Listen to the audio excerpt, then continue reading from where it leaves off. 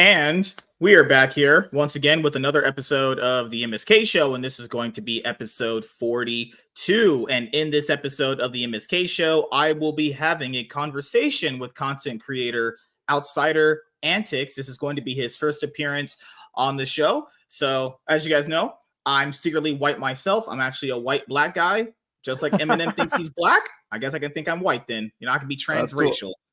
I'm a white Native American, man, so it works out. What? All right. So yeah, dude, I'm part of a Native American tribe, man. I'm super white because of my dad, so it works out.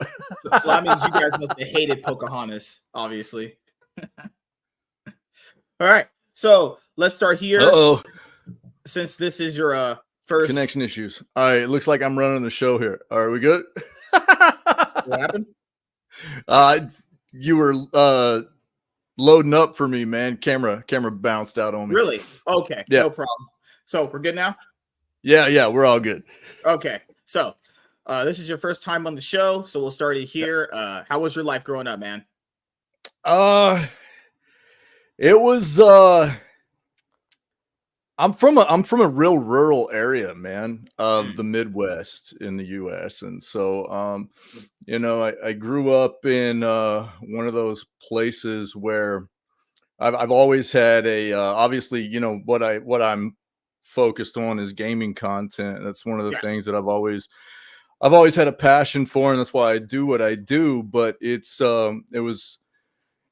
was one of those things that I think growing up was hard to break through for my parents to understand why I had a passion about that kind of stuff, because I come from a place that's very, blue collar. It's like, you go to work, you do your thing, you go home, it's got that kind of mentality and mindset behind it. And so, as much as they've always, supported what I was interested in and stuff like that, it's one of those, you play sports or you work a blue collar job, that's like kind of what it was. And so it was hard for them to, I think, embrace the mindset I had behind, I've got a degree in IT as well. I'm kind of a tech junkie. I like technology. I always have. I've always liked video games. I've built computers since I was really young, stuff like that. And I think, growing up, I think that the most I can say is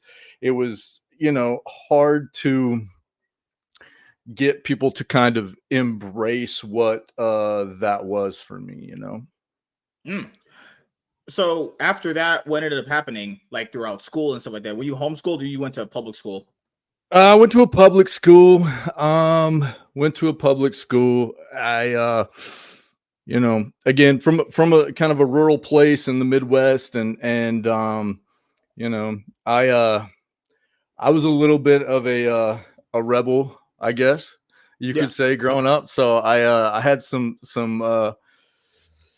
oats to sow, as it were. So I went a little bit wild for a little bit. I'm actually a military veteran. So oh, nice. Okay. That's I spent about 6.5 years in the military. That's not something that I really push out at the forefront of what my content is. As a matter of fact, there's a lot of my community that didn't even realize I was a veteran until they had been a part of my community for quite some time, because it's not because it's something that I am ashamed of or anything like that. It was the greatest decision I ever made in my life. It was really it got me out of where I was kind of stuck at, and I needed structure. I needed stability. I needed to mature. I needed to grow up, and the military gave me that. It also introduced me to my wife, and without my wife, I would not be the person I am today. I also would not be doing content creation today if it was not for my wife, And so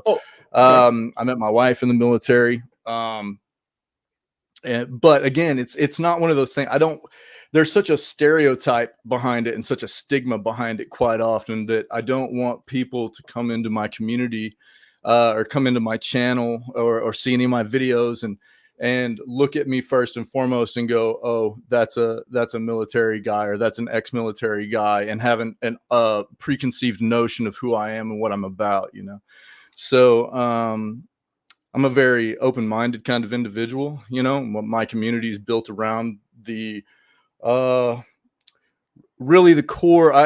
Whenever I was getting into the process of knowing that I was going to get to finally do some content creation, some Yeah. live streaming and stuff like that, I knew that the biggest thing that I needed personally behind a community was going to be having some place that I was going to be happy Yeah. being every single day. Mhm. I was going to be surrounded by community members that Mhm. I could call friends and not a bunch of, toxicity and negativity and things like that. So that's really what my community is always been based around. It's not been based around growing as fast as possible. It's been about quality over quantity, I guess you could say, So um it's I don't know. I guess I'm kind of ranting a little bit and kind of No, going no, off on I was some gonna tangents ask here. you I'm this. sure we'll get there, but um I think that I don't know. The military thing is again not one of those things I put to the forefront, but it was definitely probably the biggest best decision I ever made because of Yeah. who it helped me grow into, the people it helped me meet, and again, especially my wife. I can't really talk about any of this without giving incredible kudos and props to my wife and also I've got two kids as well. So my wife and my kids are incredibly supportive about what I do. They know this is like a dream for me, and really it's like a therapy thing, man. It's something that I enjoy very much, but it's about being around the right kinds of people and creating a community around the right kinds of people. So whenever it comes up sometimes, the whole, and I mean, let's be fair, there's a hot topic right now in the Twitch community, right, about somebody in particular. Yes. Yeah. I actually wanted to ask you about that. Since you are military, I'm pretty sure you Right. didn't like the comments that fat fucking hog of a human being, you know, where basically she had said it was the big quote tweet. It was a big part of her rant that went on where she basically said, I'm not even shitting. This is word for word what this lady said. She says military people deserve Deserve PTSD. PTSD. That's fucking insane to say. Yeah. Look, man, I mean, this is whenever I heard that, I was so disheartened by, it's such a sad thing to hear people say that. As somebody who's a part of the veteran community and the fact that we have so many of our brothers and sisters that you know unalive themselves daily on a consistent, very rapid basis because of the PTSD that they suffer from. You know, to have somebody that sits in a position um, of being a content creator, an influencer, right? Of being an influencer and saying something like that is so tough to hear. And I didn't, I heard what happened. I didn't even need to go watch the video because I knew it would just tilt me out pretty bad. Um, I saw enough of other people talking about it, some social media stuff, things like that, and she even came back on and backed it up, saying that she was based behind those statements, which is all I can say and assume is that this is an individual that, um, you know, has no real idea who the people are that go and serve, right? Has no idea what it's like to be in a position to need to, decide to sign over your life to the government to better your own situation. Yeah. Um, and it's not that, everybody's got different reasons for joining. Yeah, everybody's got different reasons for joining, but usually that's why people do it. And look, I don't care if you're a veteran of, the US or a veteran of any other country, when you're going to serve your country and do your duty, some people don't even have a choice, right? Some people are forced to do it. So to sit there in your, you know, in this situation that I think this individual has been in of never having to even entertain the thought ever of having to put themselves in a position of doing something even remotely close to what a veteran or a military member of any country has ever had to do to serve and be in the position where, you know, they would have to sustain PTSD because of the things they've seen or endured and in any kind of conflict or whatever. What an absolutely asinine thing for them to say, you know. And it's a really, you know, I mean, obviously Twitch is going through and cleaning house right now, it seems like, you know. I Yeah. mean, they're going doing some work right now. getting given out I mean, they're handing out bands like Skittles right now, you know what I mean? It's a little bit wild, dude. Except if you're Hassan. If you're Hassan, then Yeah, well, yeah. Let's be fair, okay? Look, this is the thing that anybody that knows me, that's part of the community, or knows who I am. Look, I'm not afraid to speak my mind. I'm not afraid to be outspoken about the way I feel about a lot of this stuff. It's no secret, right? Twitch, for the longest time, has been a platform that has protected large content creators, correct? They have not been very good at doling out the same kinds of consequences to smaller content creators that have broken the same rules as larger content creators, right? They don't want to lose that money. Yeah. And it's been very, very apparent over the years who they really, really care about. I'll give you, you know, I mean, there's been different instances of how Twitch handles it, especially, I mean, obviously a lot of this came to be after Amazon bought out Twitch, right? Let's be fair about it. There's been a lot of crazy stuff that's happened after Amazon bought Twitch. And don't get me wrong, I'm very, very, you know, I feel very, I guess, to have a platform where I could get started up front without having to, you know, have a lot of capital or anything like that. It was basically, you know, do I have enough of a skill set and enough equipment to get myself started? And you know, I feel fortunate to have a platform to be able to do that on, right? Because it doesn't necessarily have to be that way. Obviously, you know, they make their money on the back end by the things that they get through subscriptions and, you know, sponsors and ads and things like that. But it is nice for people that are trying to get their career started in content creation. So don't get me wrong. I'm, you know, trying to bite the hand that feeds me or anything either as a content creator, but you can't talk about Twitch without noting some of the things that they've done over the years too, with not doling out the same kinds of consequences for people, you know, depending on what the size of your community is or the size of a streamer you are. And it's just really, really tough to see and deal with, you know. It's kind of gross a lot of the times.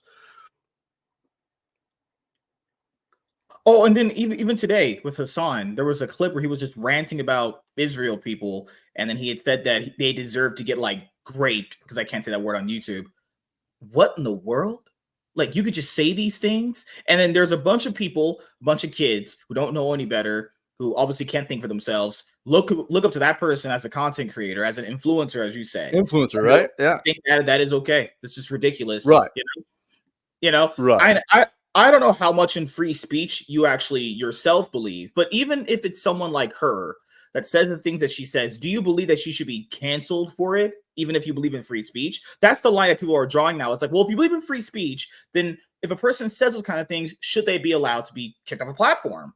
That's the where you draw the line. Do you have lines you have to draw in free speech? Because then you would argue with cancel culture. But it's like, well, in life, you do have to take consequences for your action, though. I'm not saying she can't come back to Twitch. I'm not saying that, hey, after a month ban of her money income suffering, I'm not saying you can't come back. I wouldn't say straight up ban. But in life, you have to obviously take a consequence for your action, because you never learn at that point. Why do you discipline a kid? Well, because your kid is acting up, you want to show the kid, hey, you don't do this anymore because this is the reason why you don't do it. It's pretty simple logic. Right.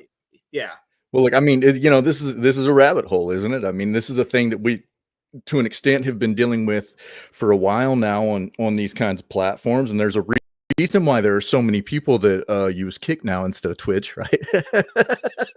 Specific people, you know. It's look, man, I'm very much a proponent of free speech. You know, I mean, I fought for freedoms. You know, that's definitely something that I'm proud of. And so, the thing for me is You know, am I necessarily somebody who this is somebody brought it? One of my longtime mods and community members actually brought up. So we were talking about the whole, veterans deserve PTSD. What was I don't what's her? I wasn't even familiar with her before this. What's her name? Was her name Froggen? Okay. Oh Is God, it like I wasn't something. even sure how to pronounce it. But I'm anyways, pointing out that's the what way that she one of my looks. content, one of my moderators was saying, it's funny how many of these influencers and other content creators want to utilize Twitch as a platform for free speech. And then, they're not ready for the repercussions of what happens whenever they say something that is, so off the walls that they end up having to suffer some kind of consequences for it, right? I mean, to be fair with you, I mean, like I said, I mean, I'm a proponent of free speech. I fought for it. I fought for freedoms that we have here in the U.S. and those freedoms are something I believe in. And you know, the thing for me is more about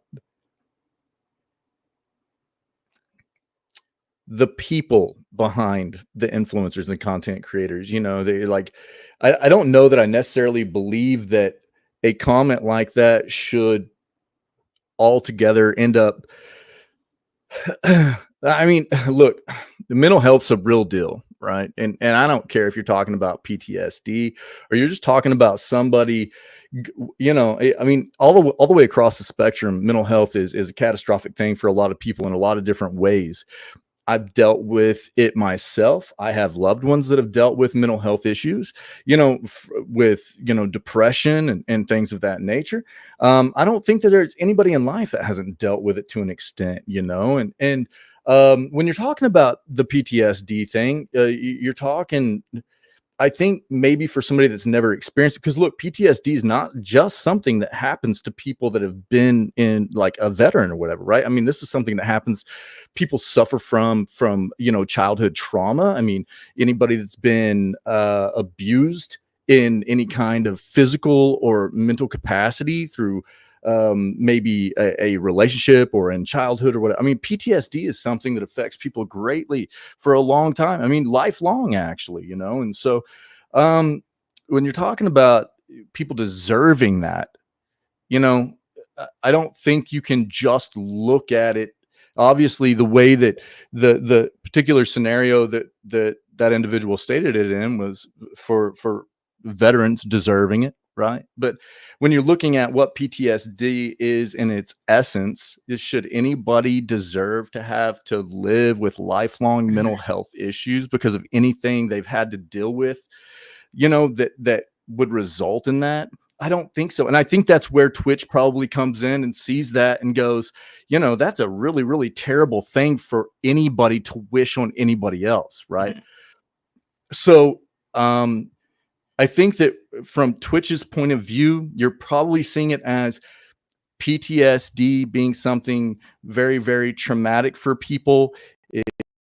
It causes a lot of harm. It causes a lot of self-harm. It causes a lot of people to unalive themselves. And basically, when you listen to somebody say that, and you look at that situation and what the trickle-down effects are of it, is that also the same thing as somebody saying, basically, in essence, that they're okay with that happening to people that went and served their country, and so I am a proponent of free speech, but I can also, I guess, put myself in the shoes of some executives at Twitch and see where maybe they feel like a ban for some kind of time is deserved, deserved in that capacity. It's tough. It's tough. So, I think people are mm, I think empathy is lost on people nowadays in a lot of ways. I think empathy is a mm, tough thing for people, and empathy is really, it starts with trying to put yourself in somebody else's shoes and try, and not that it's an easy thing to do all the time, but try and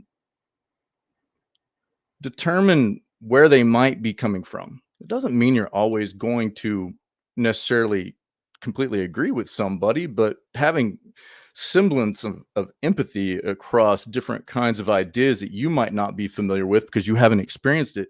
That's part of trying to put yourself in other people's shoes and try and see if you can see where they're coming from, right? I think empathy is lost in a lot of people nowadays, and it seems like empathy is probably lost in a large capacity on frogging. Well, Seems like. for me, it's the entitledness of it. So Mm. this person can say all these things from their comfortable chair they're sitting in their DSXLR microphone, your headsets on, talking to fucking losers on Twitch. That if you think that lady's attractive, man, dudes' standards is low. The fact that anyone would think she's attractive is beyond me. That's the reason why dudes can't get girls anymore. They think a fucking fat, ugly lady like that is attractive. That's crazy. And then not only that, there's a reason why people say, guys, women shouldn't vote. You want that person voting? That person is allowed to vote here and actually put in on decisions that matter for everybody. Hearing what she just said, I want you guys, all you like stupid dudes out there that just give money to these women, should they vote? Really ask yourself that.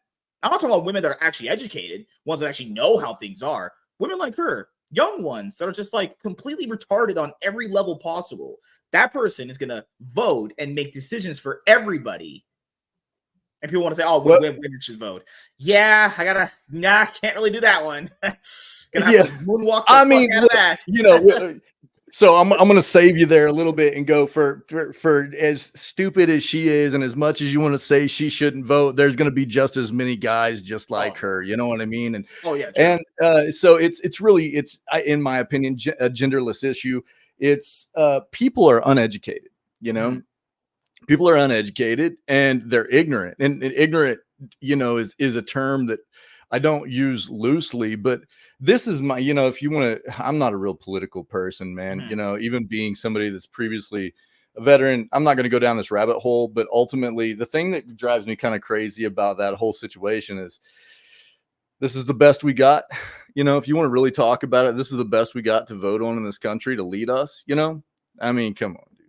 Really? So really, when it comes down to it, this, I mean, I'm sorry, man, but everybody seems to be like on this kind of bandwagon of either needing to be on one side or the other. And I'm sitting here in the middle going, this is all we got.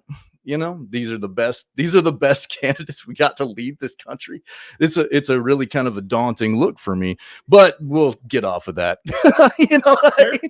They're fine. It's just one of these things where, I believe people should be, I try to be an individual for the most part. It's just really hard to be a person that's trying to look at, I can understand perspectives from either side. That's the person I am.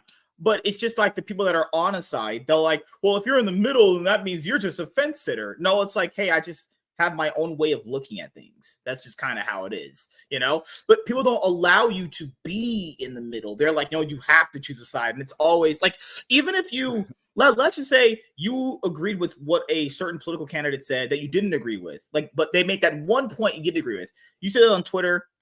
You'll be like, oh my God, you must be this person's supporter. No, I just agree with this person's one opinion on this. It has nothing to do with anything else. Right. People are not media literate. I want people to understand. People are so beyond stupid. Like, okay, let's use one example. I don't know if you ever watched Dragon Ball Z, but Dragon Ball Z might have the most media illiterate, retarded people I've ever come across in my entire life. There could be a scene. It could directly explain what it means. And then the people go like, whoa, it must mean something else. No. It directly means this. You taking it elsewhere means you're just like not understanding what's going on. People are not like smart. I don't know where that comes from. People are like, the average person is pretty intelligent. Not really. I mean, if the average person was really intelligent, the person that's president right now wouldn't be president. Just to point it out there.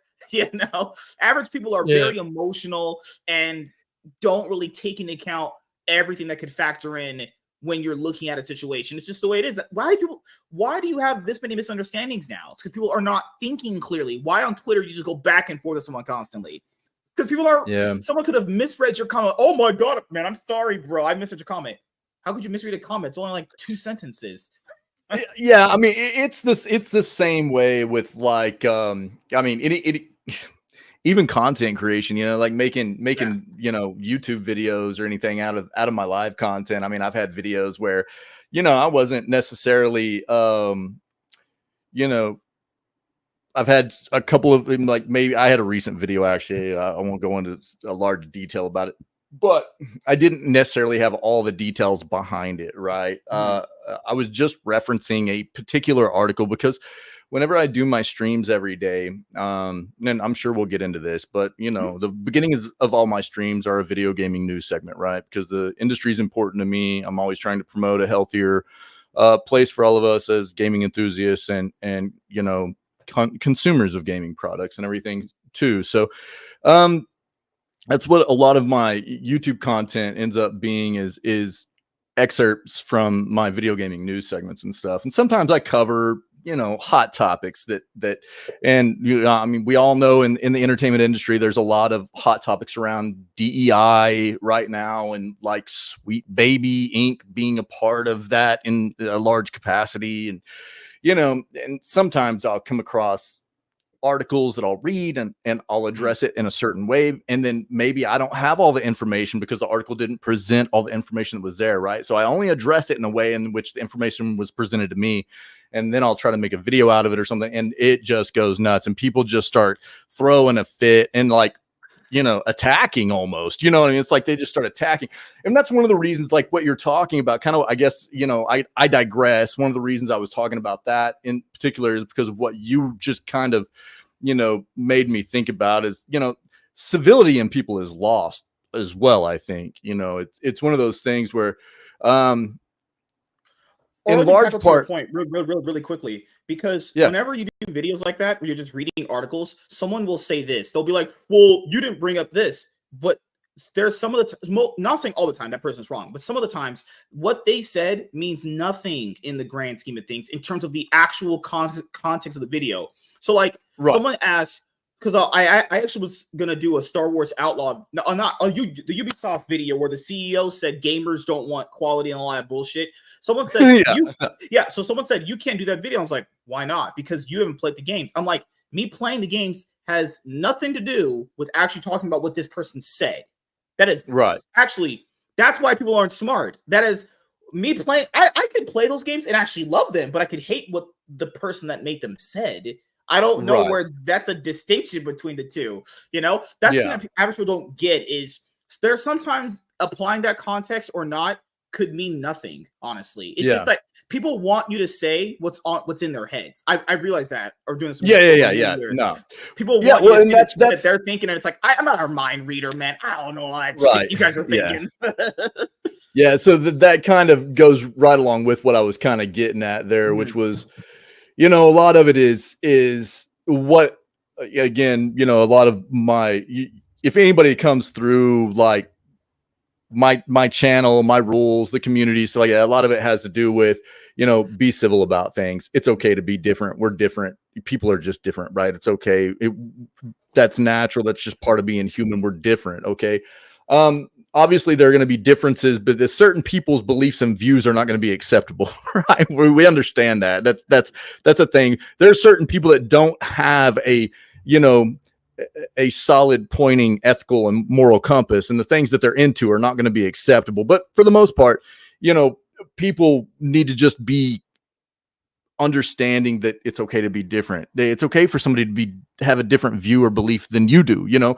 And nowadays it seems like anytime anybody comes across somebody else that doesn't believe the exact same thing they do or think the same exact way they do, they just go nuts, you know? They blow up, they throw a fit, and it's like, oh no, you're totally wrong and I'm right. And you know, and it ultimately, you know, the way I try to kind of point my community is like, as long as people are good people, you're trying to strive to be a better person day in and day out, whatever that means for you. I don't care if it's religious based or spiritual based or whatever. It doesn't matter to me. As long as you've got something that helps you point in the right direction, be a better person day in and day out, and just try to be civil about stuff. You know what I mean? It's okay. It's not a big deal. Don't get so aggro about everything. You know what I mean? But So I I'll don't ask you know. this, since you game on your Twitch and your YouTube channel is based around gaming, what was your thoughts on the situation with the PS5 Pro? I know that basically broke the internet. I don't know if you're more of a Xbox guy. I don't know if you're more of a PC guy, but yeah, you obviously a PC. You have Twitch. So are, Yeah. were you always more a PlayStation fan growing up, or you were an Xbox fan, or you just liked all three? So I was always probably gravitated more towards PlayStation than anything console wise, you know, but I've always played on all platforms. So I've always played on PC. I've always played on consoles like Nintendo, PlayStation. I mean, dude, I've still got my PlayStation 1, my PlayStation 2. I've got Xbox One. I've got my regular Nintendo with Double Dragon cartridge in it right now. You know what I mean? I've got all that stuff. You know, there's my Game Boy, you know, with my nightlight on it right there. You know, in the background, it's got Kirby's Dream Land in it. You know what I mean? I don't get rid of any of my stuff. But I've also got like my original boxes of the old XCOM Microprose games, you know what I mean? Or like Diablo 1 and 2. I've got all that stuff, you know. I played on everything. Final Fantasy VII is my favorite game of all time. I've still got the original of that. Here's my thing. In regards to, I can't in good conscience talk about the PS5 Pro without first addressing the way that I approach gaming as a whole right now. And really, over the past couple of generations of console, I've moved away from console gaming in large part.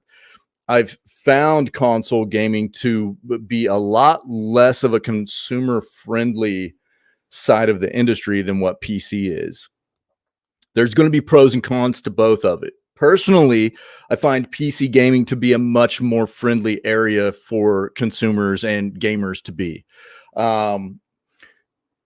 The things that console is very, very bad about, like no backwards compatibility, making people double and triple dip on games because they want to, you know, come out with Mario Kart 8 on the Wii U and then come out with a Switch and then drop it again. But it doesn't matter if you already bought it, you got to buy it again, even though it's still Nintendo's hardware.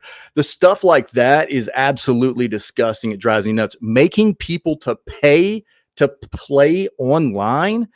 Oh my God, that was like the straw that broke the camel's back for me with console. I can't believe that they make people pay to play online.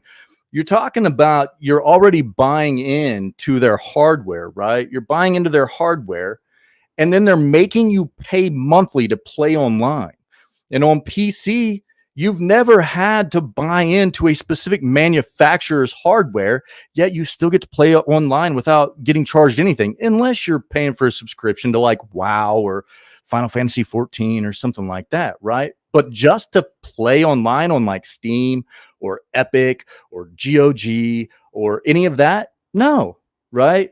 So it's just one of those things that like I can't really talk about the PS5 Pro situation without approaching my entire, you know, kind of mindset about the industry right now as a whole, right? Again, there's pros and cons to both, and we could get into a very, very long conversation about all that. But initially, my reaction to the PS5 Pro, I've got a YouTube video that we watched in my community. We watched the reveal together, and my reaction was like a lot of other people's. I even show in my video on YouTube of my reaction to the PS5 Pro. I show all of YouTube chat and what they were, you know, they were just dumping L's. It was just a dump truck of L's in YouTube chat. You know what I mean? And that's the way I felt too. I mean, it's, you know, ultimately, I get the console side of things. There are a lot of people that aren't necessarily interested in undertaking what a PC brings to the table as far as technical expertise, right? But PC is also a very useful tool outside of just gaming. But there are people.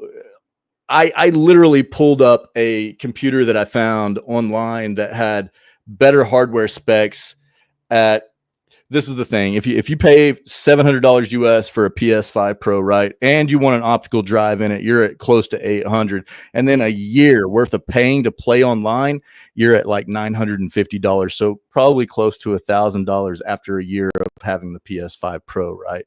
Mm-hmm. If you want those things with it, which most people do. And so if you're close to $1,000 after a year of owning that, isn't that really worth considering if you're interested in PC gaming at all, isn't that worth considering just going ahead and diving into PC gaming? And most people aren't looking at that in a critical, like more of a meta manner. They're going, oh, well, it's only 700. Well, it's not really only 700, is it? Because there's a lot more that goes into it that you're having to pay on the back end. Yeah. So I don't know. It's one of those things for me where I didn't find it to be an overly impressive situation. Obviously, we knew they were going to do it just like they did with the PS4 generation. It feels expensive. I was hoping it would be closer to $600 and the PS5, normal PS5 would go down in price. So people that wanted to get in on the PlayStation hardware would be able to get in at a lower price point. But, right now it doesn't look like that's happening. What were your thoughts on it? Well, my thoughts were one of the specs that I had read when I went over the tweets said it was broke my brain when I did the video. Wi-Fi supported. I'm like, okay, God forbid a console made in 2024. That was actually a brag in the specs. It's Wi-Fi. I hope to God it's Wi-Fi supported. What are you gonna do? Yeah. Play on your fucking string and attach to a can or some shit? Like, what the fuck? So my problem with just consoles and PCs, I think both have their pros and cons, but I think people that have never gotten a PC overrate and overstate the most retarded things possible because they don't understand things in a vacuum. They just all they see is like, well, aren't you gonna lag? Well, it's like, well, no, if you have a decent rig, then you won't. And if you don't have like McDonald's Wi-Fi, then no. So the other thing, I think both have their pros and cons. I think the stability and easy convenience of a console will make people always still buy them, regardless of if PC exists. I think just the general consumer to, like say, well, you're a dad, you come home, your kid's like, Daddy, I want to play Sonic. You boot up Sonic. Here's the controller, son. You can play. Versus turning on your PC, putting on the game on your PC. It's just that convenience factor is easier for the consoles. And the problem with consoles that they've always going to run into, as I always said years ago before I even had a YouTube channel, was that they're going to peak at some point. Consoles will eventually peak because there's not much more you can do with them. Eventually, they will peak at a point where you can't innovate on them anymore. That's why we haven't gotten a PS6 or another Xbox or another Nintendo yet, because I believe, in my opinion, these guys are fully trying to figure out what they're trying to do to make people jump from one to the other, because there were articles that came out, and I know you read them, where there wasn't that big of a jump between Xbox One and PS4 to the ones we have right here. People are still gaming on their Xbox Ones and their PS4s. Guys, you can still stream off those things on Twitch if you want to, Right. And then the other thing is, people that talk about PC, you guys don't understand, if you buy an $800 rig, you can go to Best Buy. You know what Walmart has them now? You go to Walmart right now, that $800 rig they have, that is going to last you probably 6-7 years. You're in good right there. Just that right there. Not to mention you can also upgrade, right? So it's like, now here's the other thing, I think that, and now kudos to Nintendo, because without Nintendo and without the Switch, what I'm about to talk about wouldn't really be a thing right now, I don't think. But what you're talking about, and what I've kind of hinted at as well, with the console side being ease of access, plug and play versus PC, which has always been that daunting kind of thing for a lot of people of not necessarily wanting to dive into the technical aspects that come along with that, right? Handhelds, man. The PC handheld side of things, where all these manufacturers have emulated what the Switch is, right? What Nintendo did so well, and what the Switch is. And I mean, Nintendo, credit where credit's due, Nintendo has been a very, very inventive company for hardware, right? Now, obviously, Nintendo's got their things that people hate about them too, like I've already talked about in large recent part. Power World situation. Oh my God, dude, I've got a video out about that. You can talk about all their emulation shutdown stuff, again, making people double and triple dip all the time, but I will say that they've done things in the past they've been very good at taking care of their employees. They're not incorporating AI. You know what I mean? True. So they've been very, very outspoken about not incorporating AI. So, there's good with the bad there, I think. But their hardware is always, you want to talk about like the Wii. The Wii was incredible, man. And then obviously the Wii U was kind of like that kind of middle console there, but it led them to the Switch, and the Switch is incredible. It's also a very defining console, and not just for the console industry, but it showed a lot of hardware manufacturers what they could do with PC hardware to give people, in my opinion, a much easier segue into PC gaming without as much of an investment. as much of an investment, depending on, because there's a large spectrum of different specifications for hardware as well as price tags and stuff, right? But it's more of that plug and play option, and it gives you mobility for gameplay, right? As opposed to all of the, intricacy of what an entire rig, imparts on people, right? So I think that anybody that is even semi-interested in PC gaming has to entertain the idea of a handheld PC gaming, piece of hardware. Again, there's a lot of them out there, and a lot of them are very, very good. So it fits a lot of budgets, fits a lot of different specifications for what people are trying to get done with their gaming. And it's much more plug and play than it's ever been for PC.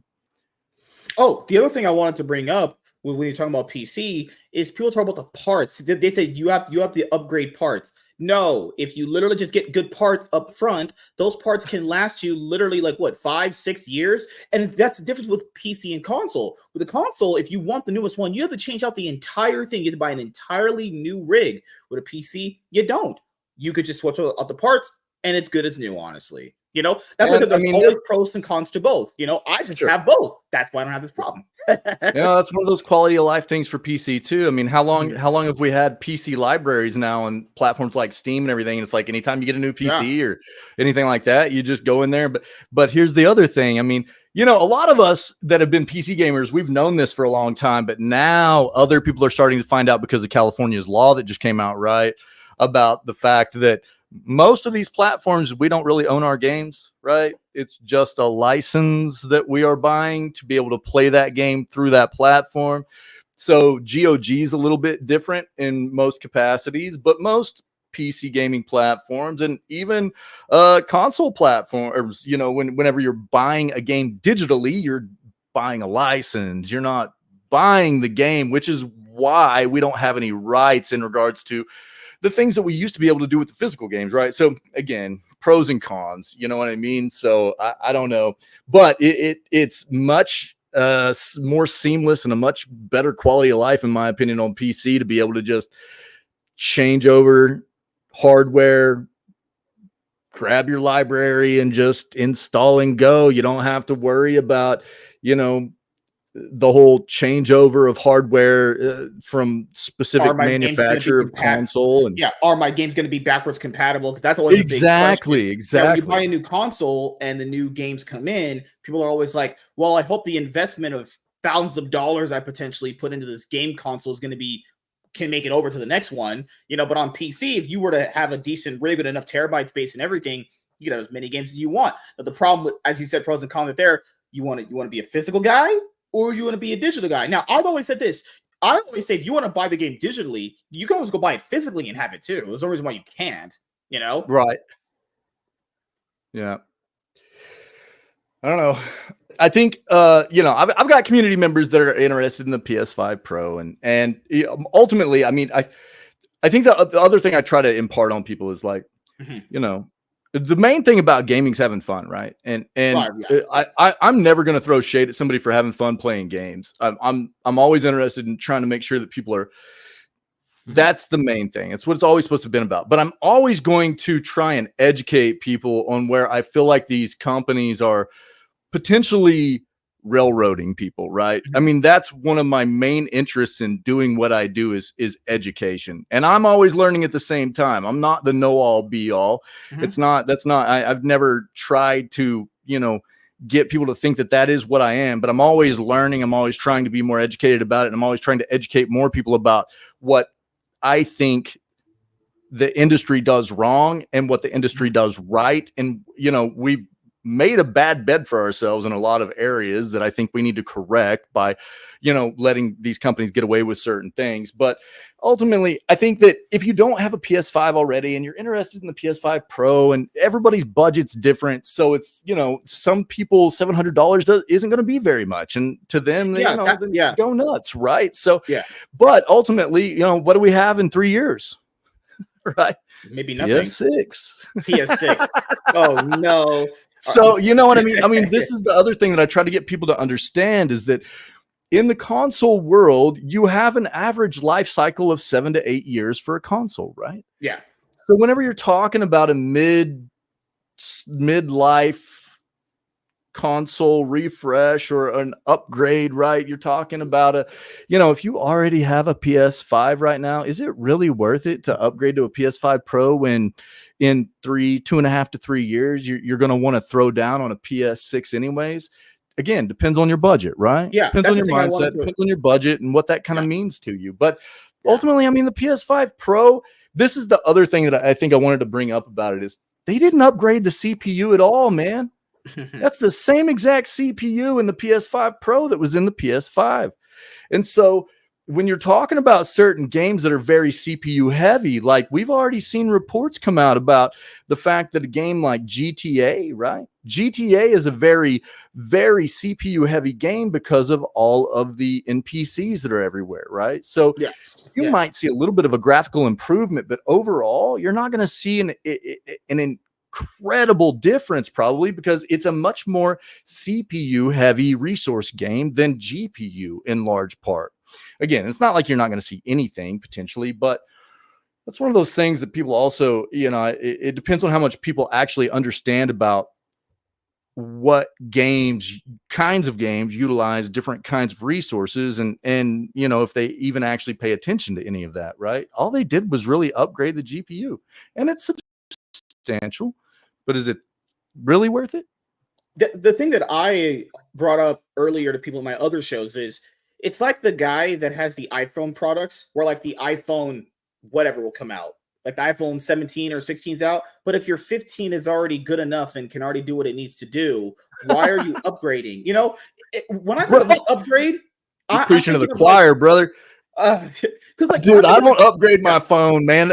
I'm probably about to this year, but dude, I've had this phone for years now. I'm not an iPhone fan. I'm not an Apple fan, but again, I think Apple railroads people on their stuff. That's a whole nother conversation, but I've had this thing for years and it's still pumping, man. So I'll probably get a new one this year, but I agree with you. I'm sorry. I didn't mean to cut you off. I'm just right there with you, brother. It's the same thing. Like, if you're going to upgrade, I feel like you should get something out of it, like something big you didn't have it before. If you're upgrading the PS5 to the PS5 Pro, what are you substantially getting that you aren't getting right now? Because, oh my God, I can look at this tree a lot better than what the fuck? Well, and look, you're literally talking about, I think you bring up a great point, and this is something that I didn't really realize until I started streaming, but I have found some of the greatest differences between primarily PC gamers and console gamers to be that, right? So myself, I've always been more interested in a game performing well than anything else. Perform well, be fun, have great content, and then if it looks good on top of that, it's like a cherry on top, right? What I've found a lot of console players end up kind of expressing to me is that they care about what a game looks like more than anything else. And I'm like, that kind of boggles my mind, because it's like, who cares if the game looks good if it plays like crap, or if it's boring, or, you know what I mean? Like, I don't want to run around looking at stuff that looks pretty, even if the game's boring. It just doesn't interest me at all, And so that's a weird thing, as well as the frame FPS issue, right? There's so many people on console that just have been on console forever and have never experienced anything above like 60 frames, if even 60 frames, and then like a game like, I'm sorry, but I had such a huge issue with like Hellblade 2 coming out, right? Hellblade 2 was a game that was coming out, and yes, it looked like it was going to be very pretty, and I think this is a perfect example of what I was just talking about. It looked like it was going to be very pretty, but the game was like $50, I think, and it was only going to be 6 hours of gameplay, and then it was locked at 30 frames. And I'm going, how is this game locked at 30 frames? And we're on, this is 2024, man. I mean, we have, even in consoles, we have great hardware, and these developers are stuck making games at 30 frames. And you're talking about a game where they were promoting it, and I'm sorry, but I kept calling out Hellblade 2 as more of a interactive cinematic experience than anything else. They kept calling it a game, and they were like, it has combat. And I'm like, if it truly has combat, that game needs to be way over 30 frames, man. You know what I mean? Any game like that they're going to try to act like it has some kind of third-person combat in it, it needs at least 60 frames. It's an atrocity to try to play something like that at a 30 frame rate. It feels so chunky. And I think the problem is there are a lot of people that have been in console for so long, they've never experienced what it's actually like to play something in large part consistently at like 60 frames, or especially like 90 or above. So if you get consistent frames at like 90 or above, and then you go back and you try to play something at 30, it feels like your eyes are dying. It's incredibly hard. And there are certain genres of games where it won't really matter, but then there's always certain genres of games where it matters incredibly.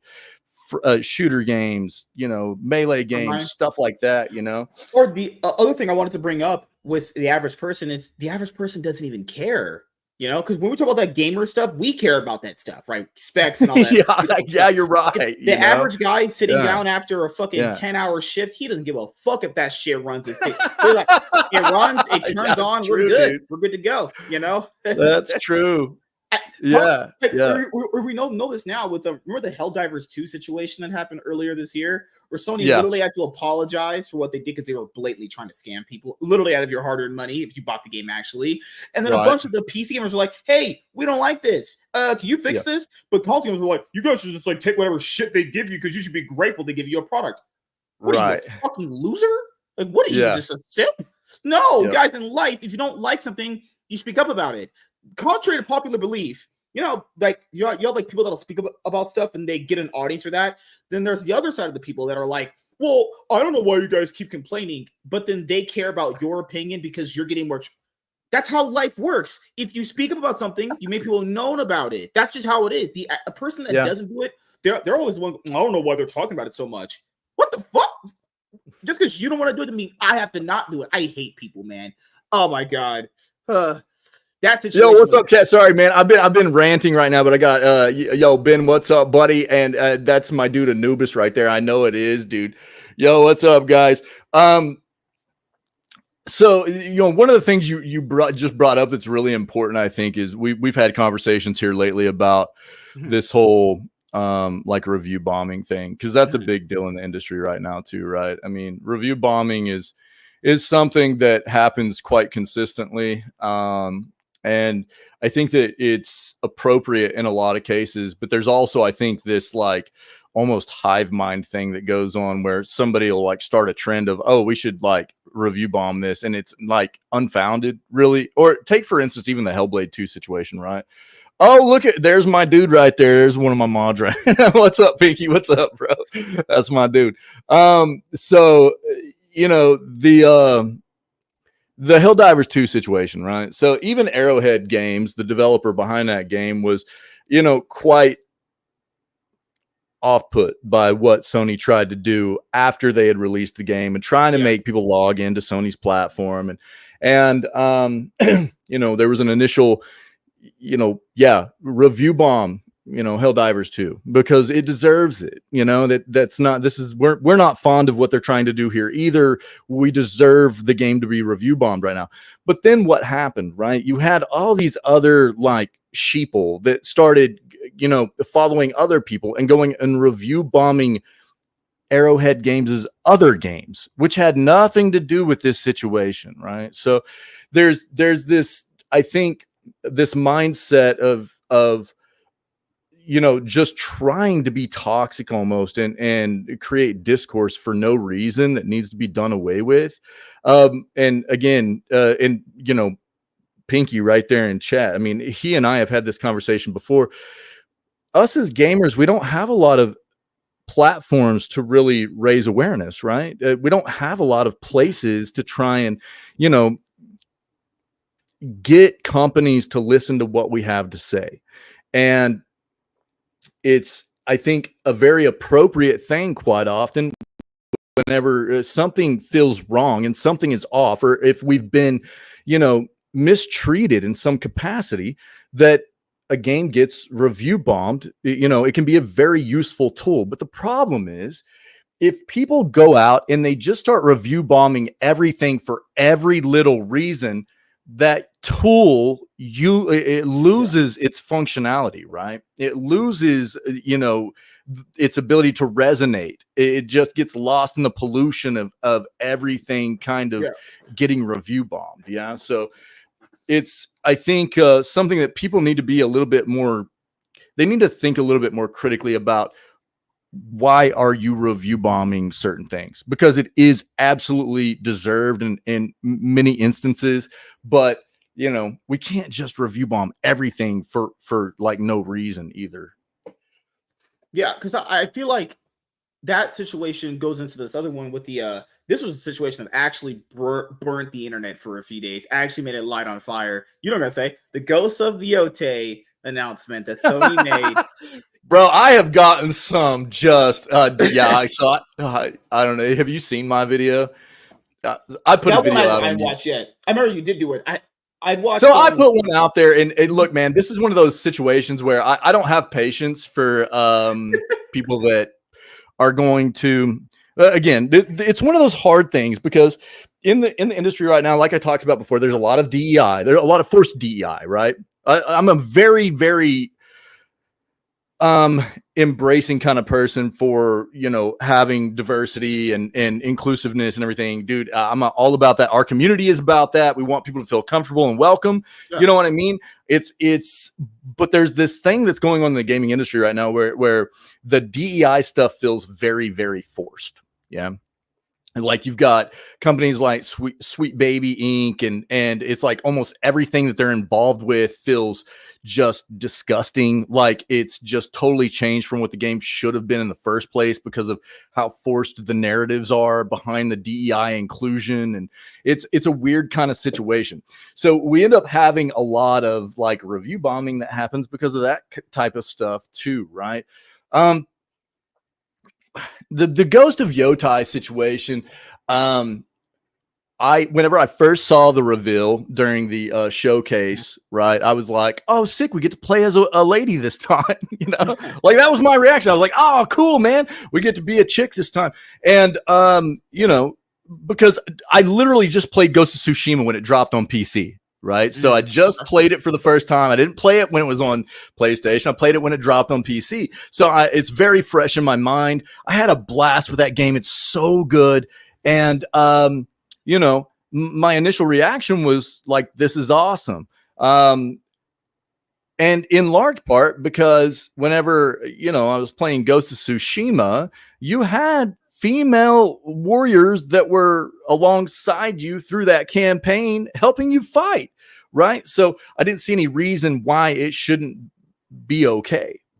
Yeah. Again, I mean, I get it. You know, historically, in those times, it wasn't as prominent of a thing to have female warriors as it was meant, but they were there. It did happen, right? And look, man, if people want to start excuse me, trying to throw a fit about things being historically accurate, do you think any samurai was running around with the kinds of abilities that he was in Ghost of Tsushima? Come on, man. Like you can't, you know, just throw a fit about one and be like, oh, well, this isn't historically accurate, and be like, well, not, you know, how much of Ghost of Tsushima really was, you know what I mean, with what you were actually doing in that game. So, you know, I put out a video and it was basically like calling out people for being, you know, having some kind of discrimination bias. Yeah. And it's funny. I get comments of people coming in there and you can tell whenever I hit a nerve with certain people, you know, and so there are a lot of times with like the YouTube videos and stuff where some of the comments are just too stupid for me to even deal with. And it's like there's no point in it, right? But then there are also other times where I'm like, okay, I'm gonna make this person look stupid because they deserve this, right? So I just try to leave a more intelligent, educated kind of response, but also really kind of slam them with some shade. I try not to be like that too much, but every once in a while somebody will get in there and just try to be toxic, and so I'll just try to really just hit them back with it a little bit to shut them up. I can't help it almost. The biggest thing about it that I saw, the several things I did, was one, the person that they'd hired to voice act for the main hero of the game. That would be a red flag, I would say. But the other thing that I think a lot of people didn't notice was that everything in gaming that you brought up for the last hour, I feel like people went with this mindset of like, well, this one's going to be different. But based off the history that we've seen for the past, 3-4 years right now, I mean, yes, this one could be the exception to the rule. And I will fully admit if that happens, hey, I'm good. That's great if it did. But there's a good chance based off the track record we've seen of everything, this one might fall for that. We just don't know because, these companies have been putting in a lot. Like just recently, Sonic XL Generation was censored. Just recently. That had to happen just a few days ago, But hey, this company hasn't given you a reason to believe they would do those things either, because no one has been talking about that either. The company that made you the first game that a lot of people love, they've done nothing at all to give you any reason they would make another bad game, So I think with a lot of people, it's very black and white right now. It's just like, oh, it has this way, but there's so much middle ground there. No one's even mentioning. Like it's a company. Yeah. Usually the reason why a game would do bad is because a company would have executives or people that work on the game talk about it, and then they would be like, "Oh, well, we don't like straight white men work." This company hasn't done any of that. They've done nothing. They've done nothing. But they've been just like, "Okay, well, we just put the internet on fire." Okay, I just give them a chance. If they've done nothing wrong to you, it's just let the game prove to you it's good or not. That's how I would go about it. I agree with you. It's funny that you bring up the voice actor because that's one of the first real gross comments that came through in my video. It was like they were basically calling me out like you should educate yourself. This is a really stupid video. They acting like okay, because here's the thing. I made the video quite shortly after the announcement, right? And there were all kinds of people throwing a fit about the female lead before anybody even really knew who the voice actor was. Okay. So it was like there were all these people that were really just throwing around they had an issue with a female lead, right? And in my video, that's all I'm saying. I'm just referencing an article, and I'm referencing anybody that has an issue with a female lead in this game is ridiculous. It's just stupid to me. It doesn't make any sense, and then somebody comes in and they're like basically being real toxic and leaving a comment about, well, if you were educated, you would know that this voice actor. And I was like, well, you're acting like if everybody knew, that this voice actor was part of this game, then that's the only reason that they would have an issue with the female, the lead of the game being female. Right. And that's not what that was about. That's not even what the video was about. I was like, so if you want to go fight your DEI war somewhere, then, go do it in an appropriate place. This video was only about people having an issue with the female lead, the character, the lead character being female. And then somebody comes in there and wants to try and start some kind of DEI war when it literally had nothing to do with it, and it's like, man, it's kind of crazy that you always have to be almost on the lookout for people trying to cause issues with it whenever it's just unfounded. You know what I mean? Unbased. One of the comments that I saw in the video was that this is what a lot of people do. There was a former Sony executive at a high level that said, if you don't like it, don't buy it.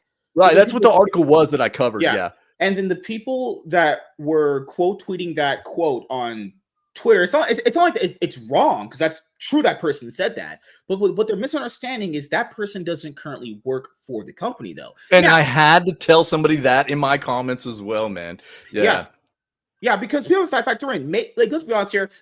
People in these companies probably do really think that, but they didn't come out and say that in that specific way, right? There's been many people that have said these things over the years, like the iconic one with Kelly Sue DeConnick, right? If you don't like my if you don't like my politics, don't buy my books. You know, everyone's seen that clip. So we know that that's a sentiment, but to lie on a company and say that employee said that's like, that person doesn't even work there anymore. That's just that person's opinion. That's wrong, because that means you're mad at something that's not there. You're just fooling yourself. Yeah. Yeah. And that's, you know, like I said, the article I covered, that's exactly what it was. It was the former Sony executive that was saying, if you don't like it, don't buy it. And exactly what they were referencing in the article. And I read the entire article in the VOD that I have on YouTube. It says, if you have an issue, he was specifically talking about if you have an issue with the lead character being female, don't buy it. And that's exactly the way I covered it, right? But then again, you always have these people coming in and they either don't listen to all the information or they want to take it out of context or something, and they want to make something different out of it. They want to spin it into something more than what it is, you know, and try to, it's weird, man.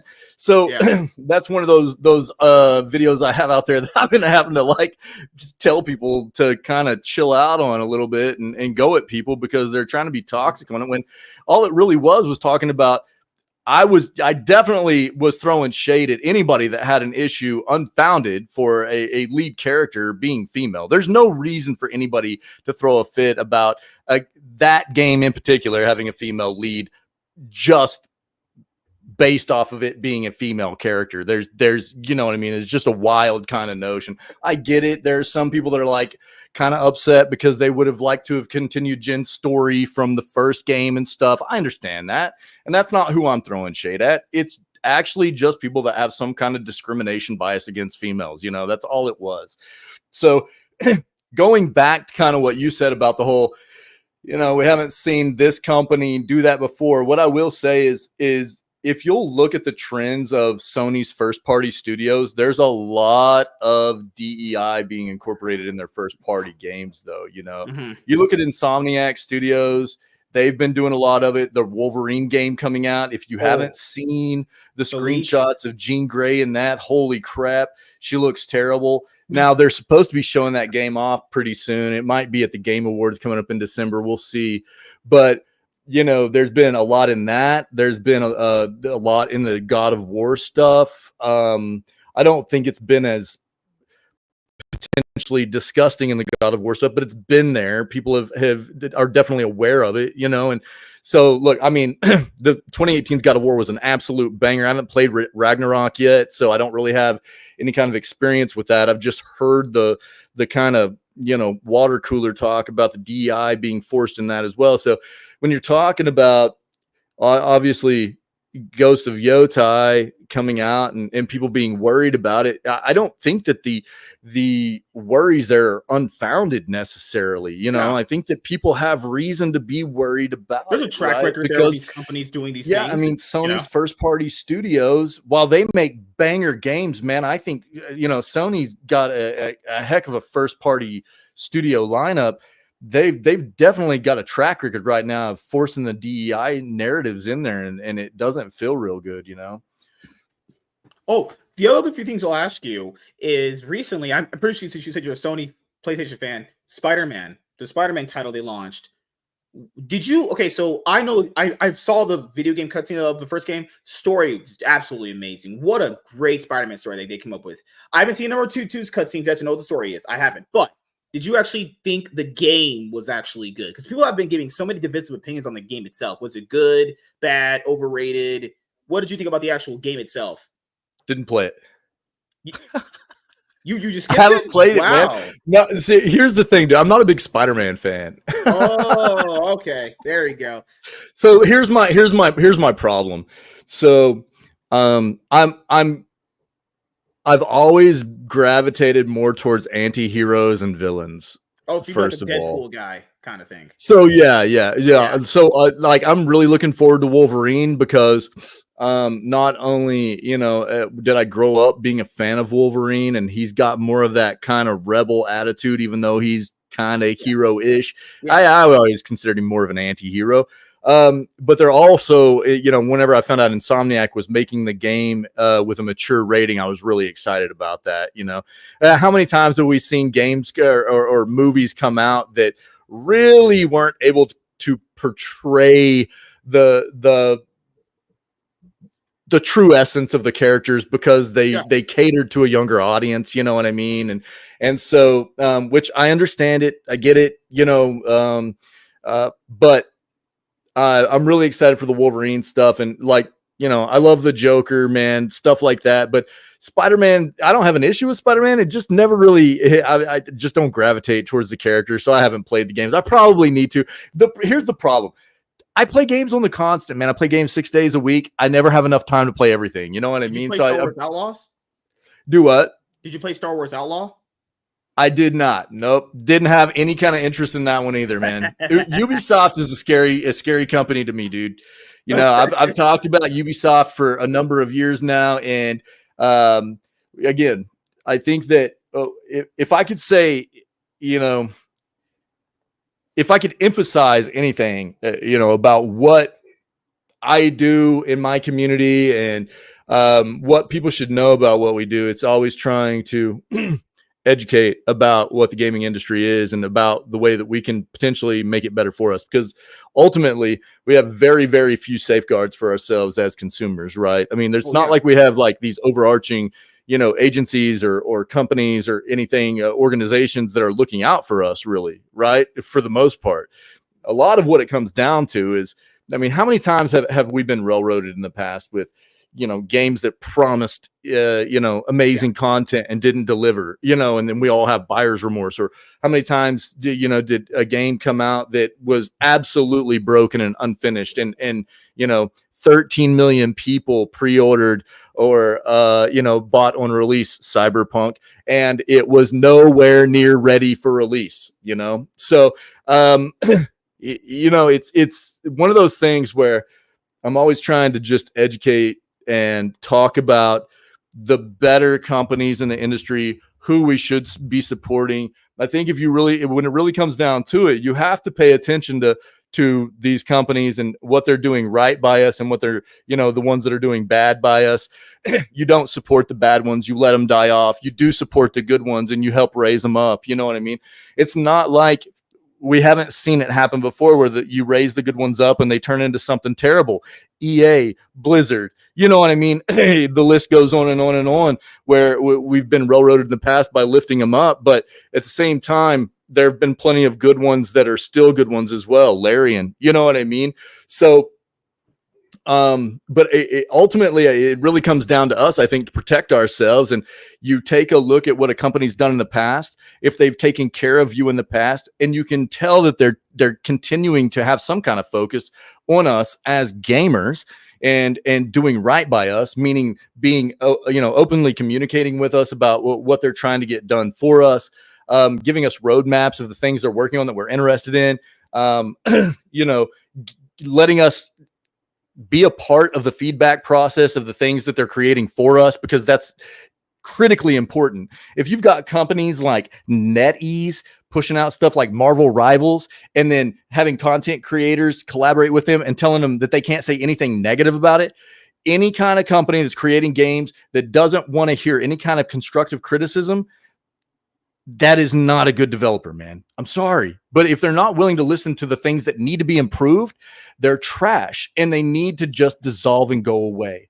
And I'm not saying that I want to see people lose their jobs or anything like that, but there's been this whole changing of tide right now in the industry where all of a sudden all these companies are like gaslighting us as gamers and going, you know, oh, well, you know, it's not okay to just make good games anymore, you know? And it's like, well, no, it is, dude. Good games are still selling, right? I mean, we got Space Marine 2, you know, look at all the banger games that have come out this year. Look at all the banger games that came out last year and how well they're doing. But then you've got mediocre games like Star Wars Outlaws, right? And it's like Ubisoft's like, well, you know, it's the gamer's fault. You know, it's like, come on, man, you got to do better. If you want to succeed, you got to do better. You can't just keep pushing out the same stuff all the time without doing anything inventive, anything, you know what I mean, that is going to push your game over the edge and make it stand out and expect to just keep succeeding, because there's some of these companies that have done that for a very long time now. and all of a sudden they're not able to keep sustaining off of it, but now it's our fault, right? Yeah. It just doesn't make any sense. I think there's really something starting to change in the industry when it comes down to it, with people looking harder and more diligently at the way we spend our money on good companies and good products rather than just mediocre crap. So the last few things I'll ask you. The first one is, do you have anything planned in particular you want to share with the audience going into, well, for 2024, going into 2025? So this is we just hit our starting our 4th year of the community being here, and so we're in the midst of Scaretober right now. I had a little bit of a delay. My GPU started having some issues. I had to tear that thing apart and re-thermal paste it and redo my thermal padding on it. But we're all good now. So we're going to extend Scaretober into November. We just played Silent Hill 2. Kudos to Bloober team, because I didn't think they'd be able to pull it off. I didn't like any of their previous products, and they nailed it. Silent Hill 2 is a banger. If nobody's played it, that game is incredible. I highly recommend the Silent Hill 2 remake. We've got more Scaretober games. We're going to extend Scaretober for ourselves. We play horror games all month. I have like scare alerts set up so people can scare me while I'm playing games and stuff like that. It's a lot of fun. So we enjoy that. We're going to extend that into November a little bit. And then we're going to play Red Dead Revolver 2 to end the year. I haven't played that one yet, so it's been sitting in my library for years now. I'm finally going to get to play Red Dead Revolver 2. So then at the beginning of 2025, like we do every single year, I take a couple of days where myself and the community, we build a schedule together. It's command in my Twitch stream, where you can just do !schedule. It brings up a Google document that anybody can access, and it basically shows an entire list of what we've played all year. It's an entire calendar, shows everything we've played all year and anything that we're planning on playing coming up. So we basically take a couple of days, we sit there as a community, and we talk about all the games that we didn't play previous year, all the games that might be coming out the next year. We look at a ton of trailers and stuff for games that are coming out, and we just build a big tentative schedule together, and we have a lot of fun doing it. And it always changes, to a certain extent as games delay and games come out that maybe we didn't realize were coming out, and pique our interest a little bit. But that's kind of what's coming up for 2025. Another banger year with an awesome community, man. Hell yeah, man. Glad to see you build up the way you did. I do stream on Twitch myself. I just don't care. I just put stuff there. I mostly grow on YouTube and Rumble, bigger, and Twitch. I can't, not Twitch, Twitter. I can't stream on Twitter right now because every time I try to stream there, it doesn't let me do it anymore.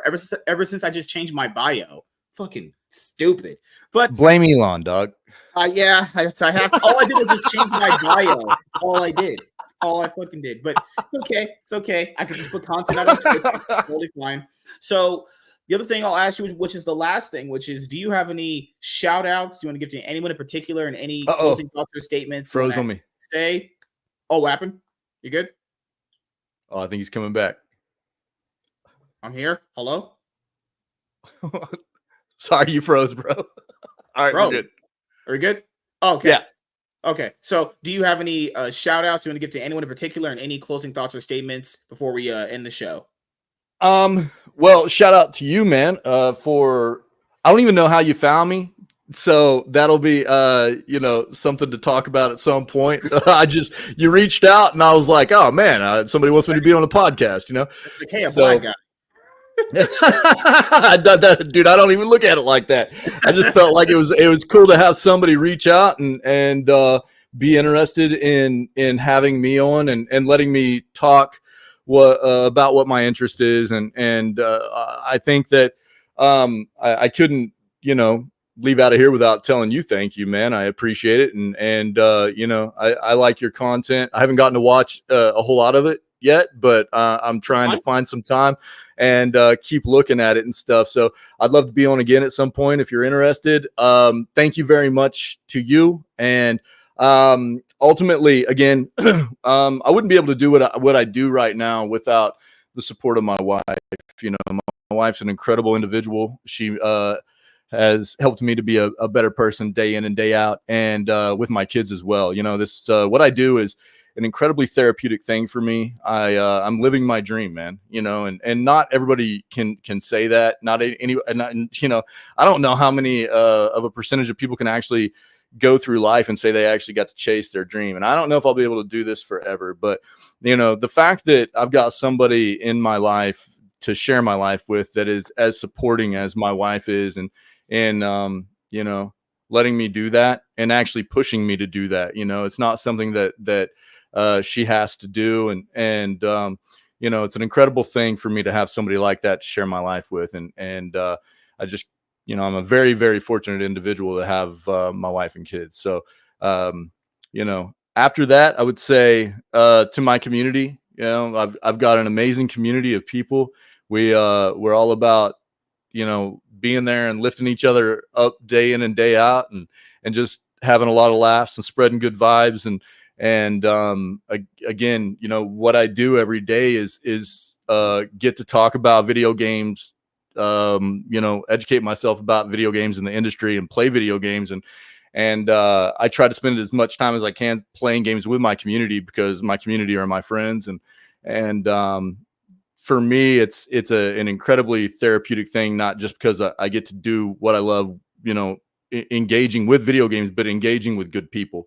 And that's an important thing for me, you know. So having good people to be surrounded by day in and day out is an incredibly cool thing for me. And I just would like to say thank you very much to everybody that's a part of what we do in my community. Everybody that came out tonight to be here for the live podcast, man, thank you very much. Whether you're a fan of myself or Master Swag King, thank you for being here. And especially a big shout out to my mods and my longtime subscribers and anybody that supports my dream in any capacity. You're incredible people, and I thank you very much. And thank you to my mom and dad for raising me. Well, I can't be thankful for the dad part, because I'm black. And don't have dad. So right. Thank you guys for thank you to Outsider Antics for coming on to the show. And first appearance was an absolute banger. And we'll try to have you on again, maybe another one-on-one, maybe be on a panel show around more white people, actually, more of our kind. Oh, dude. Like I said, dude, I'm not even white, dude. I just look like it. So, thank you guys for checking out this episode of the MSK show, and we will see you guys later. Have a great night.